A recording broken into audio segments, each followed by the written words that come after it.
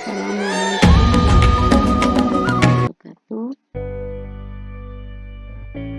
Kali ini kita akan sama-sama belajar bagaimana menumbuhkan berpikir kritis dan menyelesaikan masalah. Sebelumnya, perkenalkan, nama saya Siti Kurniawati sebagai pengajar di SMA Negeri 1 Lumajang. Sebelum kita bicara terkait bagaimana berpikir kritis, maka ada 4 pertanyaan refleksi yang bisa kita gunakan di kelas untuk membantu siswa kita mulai membiasakan berpikir kritis dengan melakukan refleksi. Yang pertama, apa yang saya pelajari? Yang kedua, apa yang sudah mengerti, apa yang sudah saya mengerti? 3, apa yang belum dimengerti? Dan yang keempat adalah bagaimana upaya saya mengerti. Kita akan kupas satu persatu terkait pertanyaan refleksi tersebut. Yang pertama adalah apa yang saya pelajari. Pada pertanyaan ini, siswa atau peserta didik diminta untuk membuat kesimpulan dalam 1-2 kalimat. Tentu saja kita perlu memberikan waktu untuk berpikir kurang lebih 1-5 menit tergantung dari waktu yang kita miliki dalam pembelajaran. Nah, dalam pertanyaan ini kita melibatkan tahap berpikir kritis. Yang pertama adalah apakah mereka bisa mengutarakan kembali istilah-istilah kunci dari topik belajar. Yang kedua, apakah pernyataan mereka cukup mencakup topik semuanya secara keseluruhan atau hanya sepotong? Jika mereka hanya sepotong, berarti mereka belum memahami secara utuh materi yang sudah dipelajari. Untuk pertanyaan yang kedua, apa yang saya sudah mengerti? Ini terkait dengan bagaimana peserta didik diminta untuk menyebutkan atau menuliskan potongan informasi yang mereka sudah mengerti. Pada tahap ini melibatkan berpikir kritis. Yang pertama, seberapa lengkap potongan informasi yang ditangkap peserta didik. Yang kedua, apakah informasi yang disampaikan merupakan inti atau sampingan?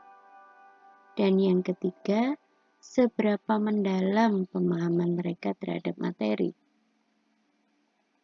Untuk pertanyaan yang ketiga, apa yang belum dimengerti?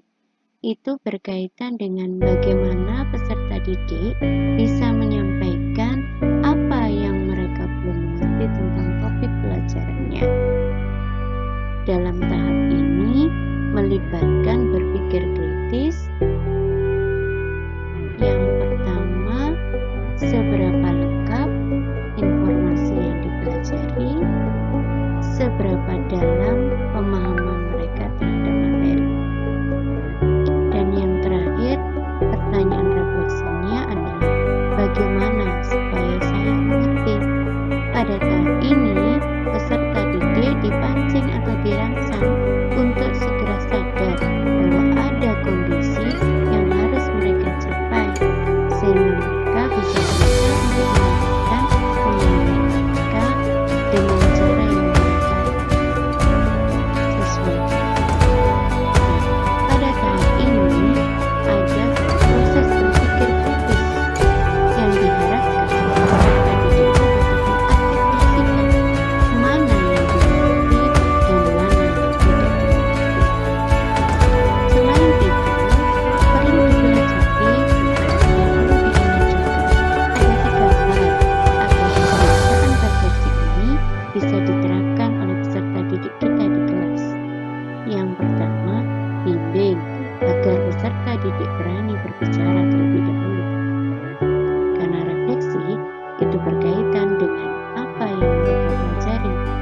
saja mereka harus mampu untuk berbicara dan berani untuk mengungkapkan apa yang dimengerti dan apa yang belum dimengerti.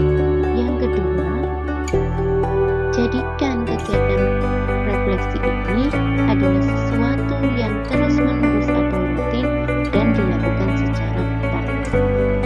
Tentu butuh waktu untuk membiasakan hal tersebut kepada peserta didik kita.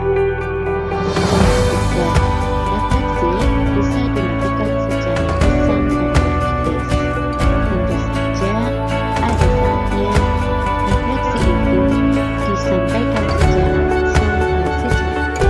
Ada kalanya refleksi itu harus dituliskan agar ada catatan yang bisa merekam. Selain berbicara tentang berpikir kritis, ada langkah-langkah dalam penyelesaian masalah. Ada 5 tahap.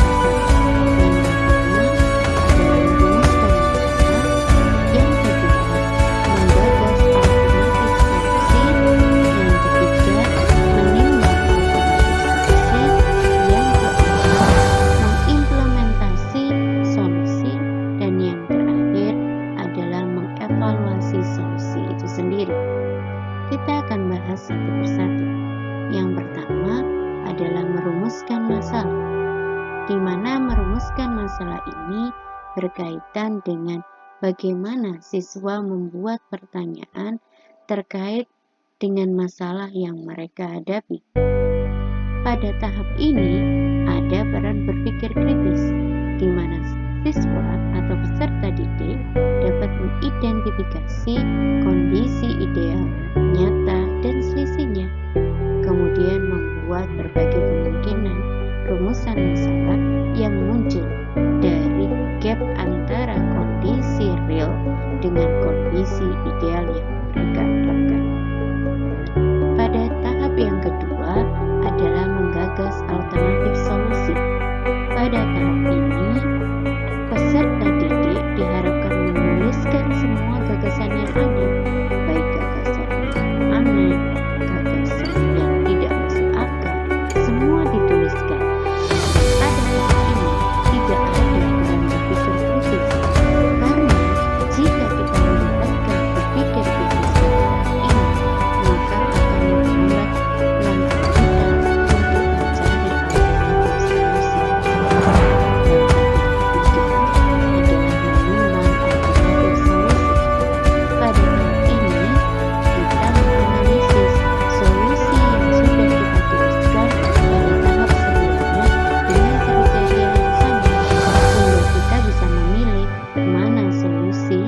Yang menurut kita bisa dilaksanakan dan mana solusi yang menurut kita tidak bisa dilaksanakan. Peran berpikir kritis tentu saja diperlukan untuk menentukan mana alternatif solusi yang bisa kita laksanakan. Langkah yang keempat adalah mengimplementasi solusi. Pada tahap ini, kita, peserta didik, diharapkan menyusun langkah-langkah, alat, sumber daya dalam melakukan solusi. Dalam tahap ini, kita berperan kritis, yaitu mengerang berpikir kita sehingga memberi kesempatan kepada kita untuk menemukan solusi yang lebih efektif, sehingga nanti akan dihasilkan solusi terbaik menurut kita. Dan langkah yang terakhir adalah mengevaluasi solusi. Pada tahap ini, peserta didik diharapkan merefleksi solusi yang sudah kita lakukan, sehingga tentu saja berpikir kritis bukan peran dalam membuat kriteria keberhasilan, sehingga dapat berpikir objektif dalam menilai keberhasilan solusi kita. Sekian paparan atau penjelasan tentang tips dalam berpikir kritis dan menyelesaikan